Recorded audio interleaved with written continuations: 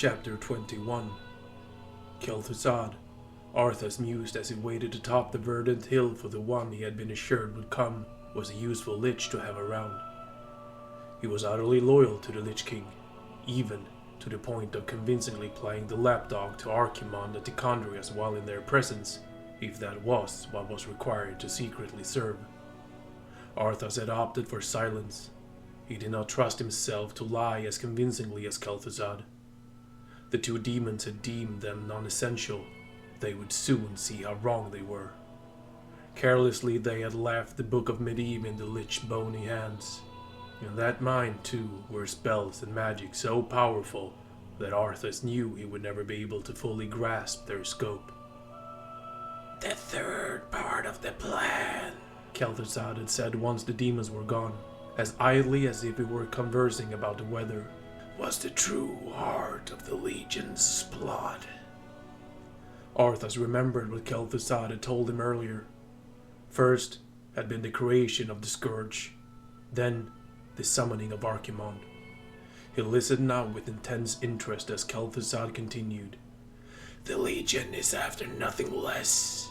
The Legion is after nothing less than the taking of all magic and devouring of all life upon this world.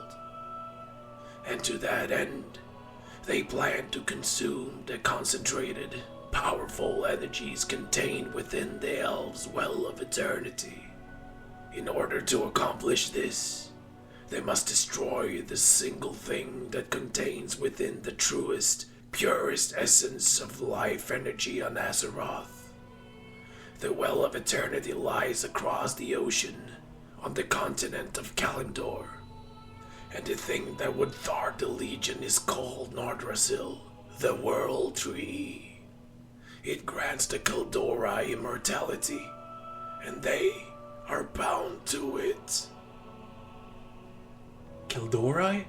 Arthas was confused. I know of Quel'Dori. Are they another race of elves? "The original race," Kel'Thuzad corrected. He waved his hand dismissively. "But those details are of no consequence. What matters is we must stop the Legion from achieving this goal. And there is one among the Kaldori who would aid us." As though it was that using his magics, Kel'Thuzad had teleported Arthas to this distant continent and this hill that afforded an expansive view. The forests here were lush, healthy, but Arthas could already see what the Legion had wrought in the distance. Where the land, tree, beasts were not dead, they had been corrupted. Devour all life, indeed. A figure crested another hill below him, and Arthas smiled to himself. This was the one whose arrival he had been awaiting. They were certainly different, these night elves. This one's skin was pale lavender, etched with swirling tattoos and scars cut into the skin in ritualistic patterns. A black cloth was tied around his eyes, but he appeared to have no difficulty in navigating the terrain. He carried a weapon that resembled nothing Arthas had ever seen. Instead of a traditional sword, which would be grasped by the hilt with a blade extending from it, this weapon had two jagged blades that glowed the sick green hue of something tainted with demonic energies. So, this one had trafficked with demons before. Arthas waited a while, observing.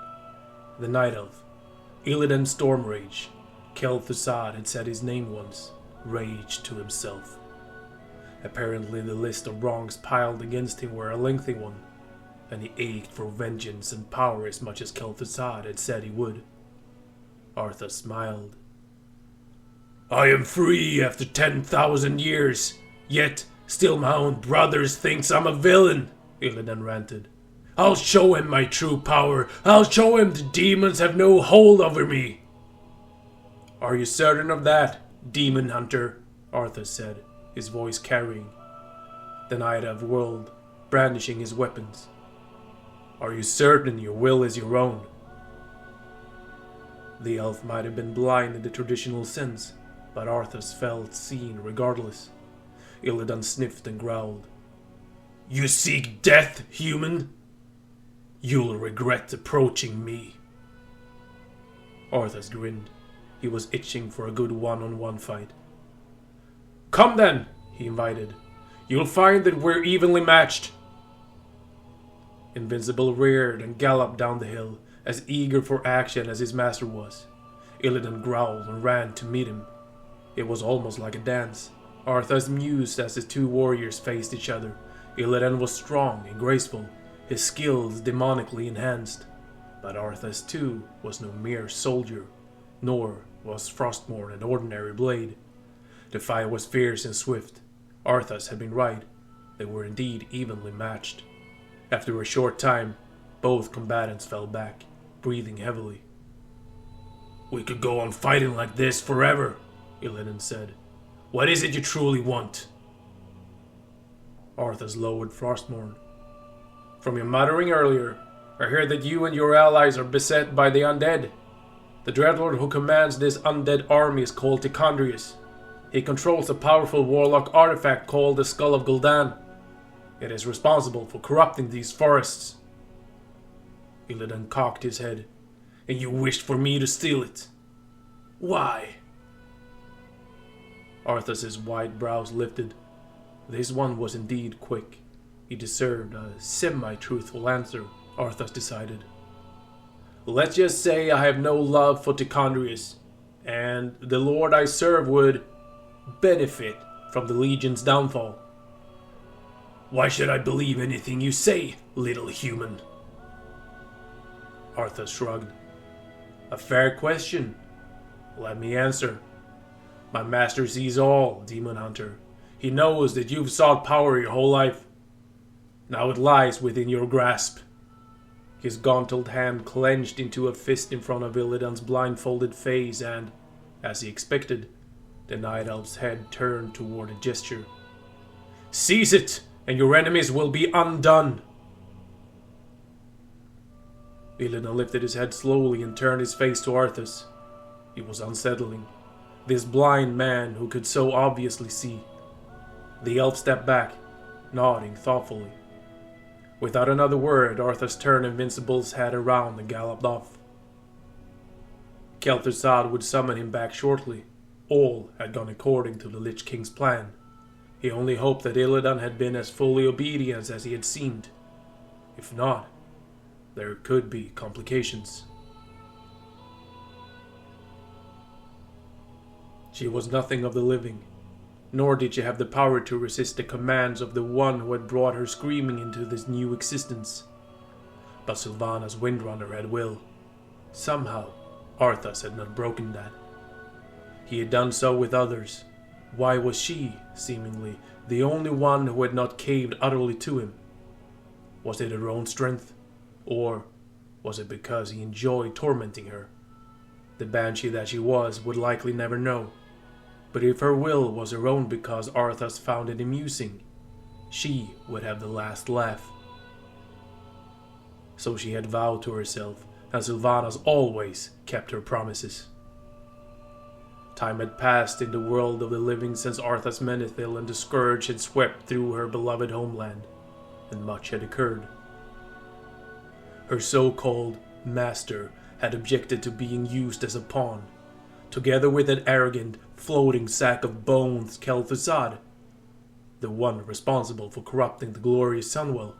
Arthas had conspired against both the Dreadlord Tichondrius and the Demon Lord Archimonde, whom Kel'Thuzad himself had helped usher into Azeroth. Sylvanas had paid keen attention. Anything Arthas had to reveal about the way he thought and the way he battled was useful to her. He had not attempted to slay Tichondrius himself, as he had Mal'Ganis. Oh no, the wily once human prince had tricked another into doing his dirty work for him. Illidan, the luckless being, had been named.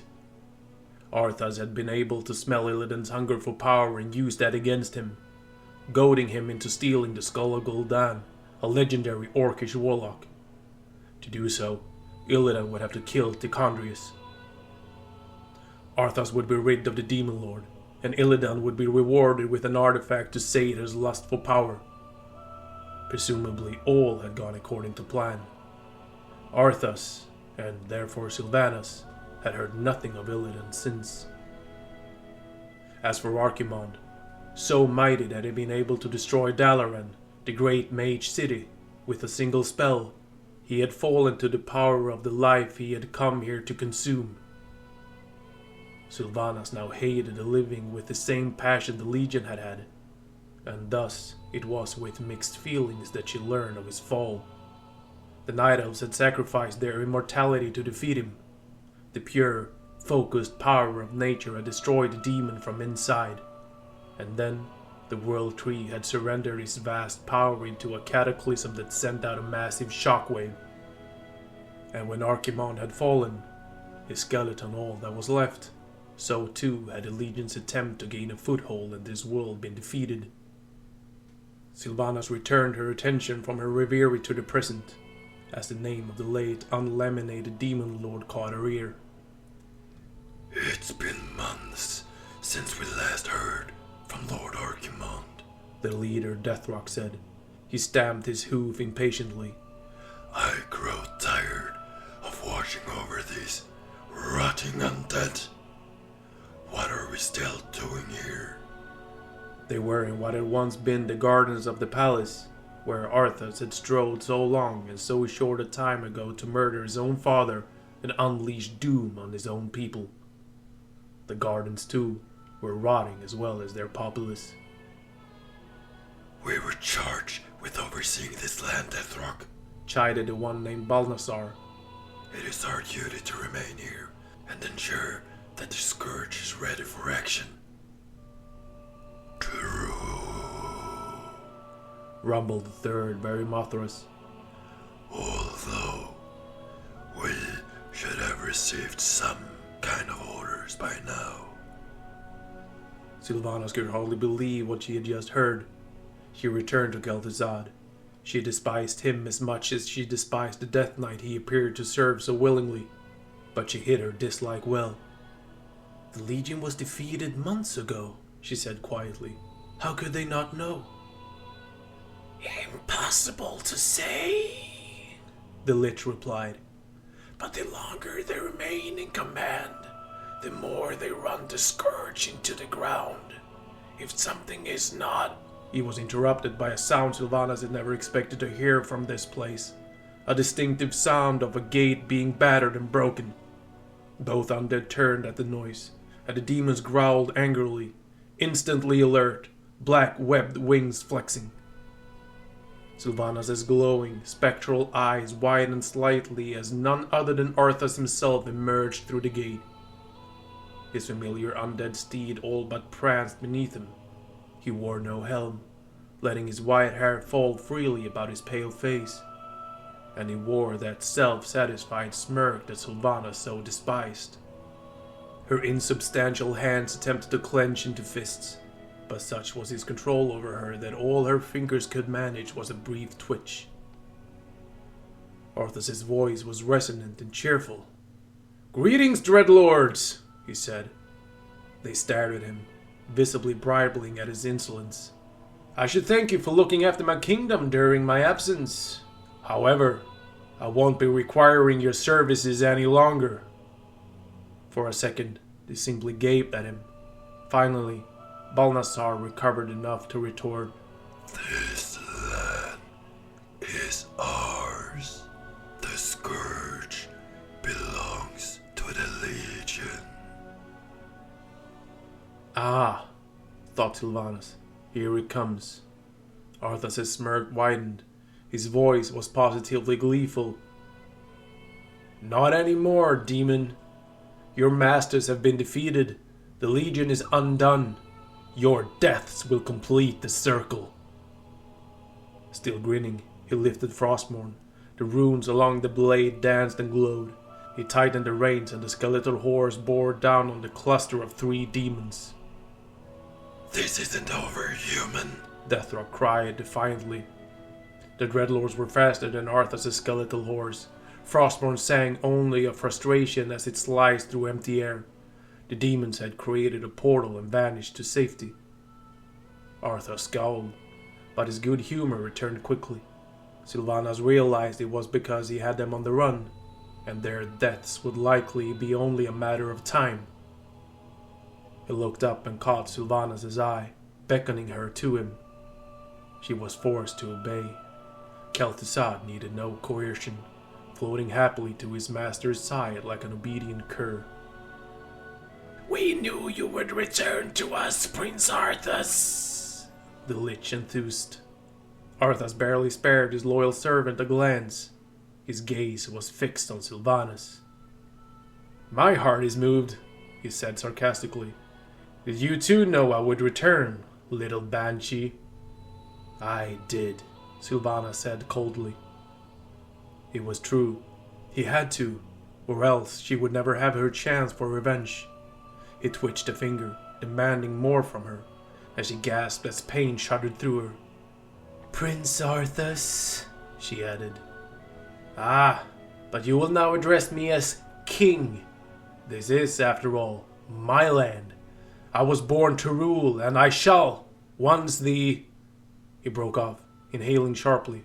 His eyes widened, and then his face contorted in pain. He hunched over the bony neck of his horse, his gauntlet hands clenched hard on the reins. A sharp cry of agony was wrenched from him. Sylvanas watched, experiencing the most pleasure she had known since that dreadful day when Quel'Thalas had fallen. She drank in his pain like nectar. She had no idea why he was suffering so, but she savored every second of it. Grunting, he lifted his head. His eyes stared at something she couldn't see, and he extended an imploring hand toward it. "Pain is unbearable," Arthas growled through the gritted teeth. "What is happening to me?"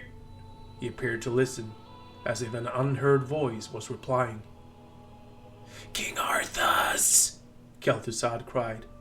"Do you need assistance?" Arthas didn't reply at once. He gasped for breath, then slowly sat up, visibly composing himself.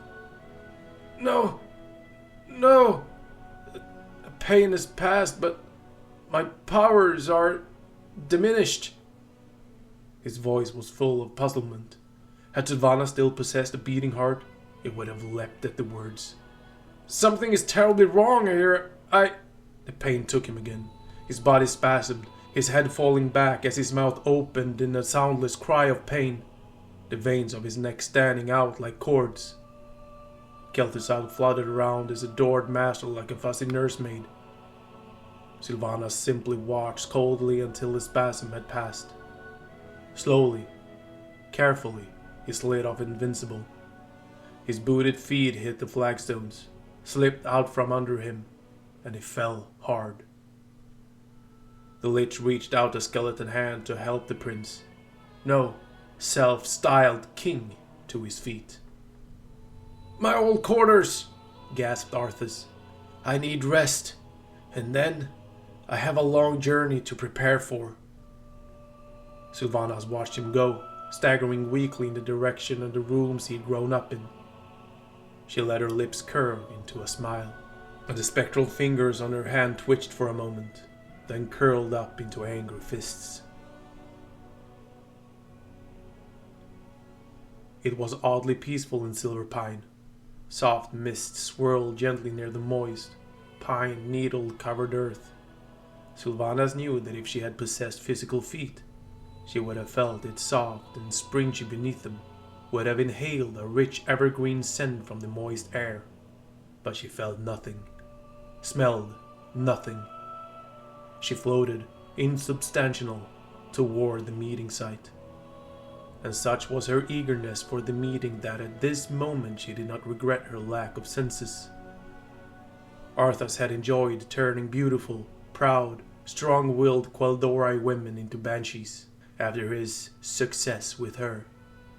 He had given them to she, who had been their ranger general in life, to control and command, tossing her a bone like she was a faithful hound. He would shortly see how faithful a pet she was.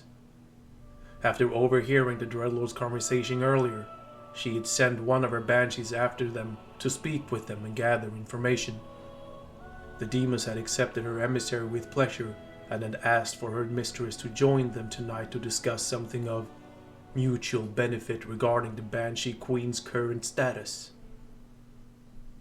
In the depths of the forest, she could see a faint green glow, and floating toward it. Sure enough, they awaited her as they said they would. 3 great demons turning to her, their wings flapping and betraying their agitation. Balnassar spoke first. Lady Sylvanas, we are pleased that you have come. How could I not? She responded. For some reason, I no longer hear the Lich King's voice in my head. My will is my own once again. It was indeed, and it was purely by that will that she had kept the elation from her voice. She did not wish them to know more than she chose. You dreadlords seem to know why. They exchanged glances, their faces curving into smiles. We've discovered that the Lich King is losing his power, Verimothra said, hellish glee in his voice. As it wanes, so too does his ability to command undead such as you. That was good news indeed, if it were actually true, but it was not specific enough for Sylvanas. And what of King Arthas? She pressed, unable to keep a sneer out of her voice as she used the Death Knight's title. What about his powers? Balnassar waved a black-clawed hand dismissively. He will cease to annoy us, like a summer fly whose time has come and gone. Though his rune blade, Frostmourne, carries powerful enchantments, Arthas' own powers will fade in time. It is inevitable. Sylvanas was not so certain. She too had once underestimated Arthas. Along with the cold hatred in her heart, she also bore guilt for her part in his blood-soaked victory. You seek to overthrow him, and want my help to do it, she said bluntly. Deathrock, the one who had appeared to be in charge, had stood quietly by while his brother spoke to Sylvanas. They had been angry and impassioned, but his expression had remained neutral. Now, at least he spoke, in cold tones of utter loathing. The Legion may be defeated, but we are the Nathrasim. We will not let some upstart human get the best of us. He paused, looking at them each in turn. Arthas must fall. The glowing green gaze settled upon Sylvanas. As you have been watching us, little ghost, so have we been observing as well.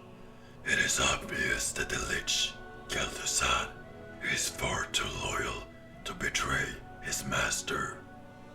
There appears to be affection between the two. His grey lips curved in a dangerous smile. But you, on the other hand, hate him. She did not think she could hide that truth even if she wanted to. So fiercely did it burn inside her. We are united in that much, Dreadlord. I have my own reasons for seeking vengeance. Arthas murdered my people and turned me into this monstrosity. She paused for a moment. The loathing of both Arthas and what he had done to her, so intense it took away her ability to speak. They waited, patiently, smugly. They thought they could use her. They would be wrong. I may take part in your bloody coup, but I will do so in my own way. She wanted them as allies, but they needed to know that she would be no toy. I will not exchange one master for another. If you wish my aid, then you must accept that. Deathrock smiled. We will slay the Death Knight together then.